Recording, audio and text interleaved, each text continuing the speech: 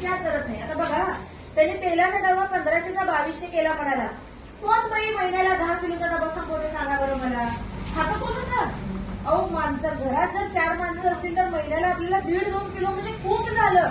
म्हणजे आपली महागाई जर वाढली असेल तर वाढून किती वाढली? सगळं मिळून बघा, डाळ, तेल, साखर, तूप, लोणी सगळं मिळून, भाजीपाला, पावसाळा झालेला आहे, शेतकऱ्या आपल्या बांधवावरची संकट आहे, त्यामुळे त्यांचं शेतीचं पीक नासाडी झाले म्हणून भाजीपाला महाग झाला. सगळं मिळून खर्चून आपल्याला महिन्याला 500च्या वर तर 1 रुपया जाणार नाही. महागाई वाढली म्हणून पैसे खर्च करायला जर लागले तर आपल्या भावाने दिलेत ना 1000 रुपये एक्स्ट्रा आणि रेशन फ्री केलंय. म्हणजे 1500 500 जरी केले, 30 सिलेंडर फ्री केलेत, म्हणजे 1500 500 गेले समजून घ्या महागाईला, तरी 1000 रुपये आपल्या गाठीशी राहणार आहेत. ही गोष्ट आपण महिलेला समजून सांगायला पाहिजे. कसं असते, तेला मिठाचा भाव घेऊन सगळं मान्य, परंतु तुम्ही सगळ्याजणी म्हणजे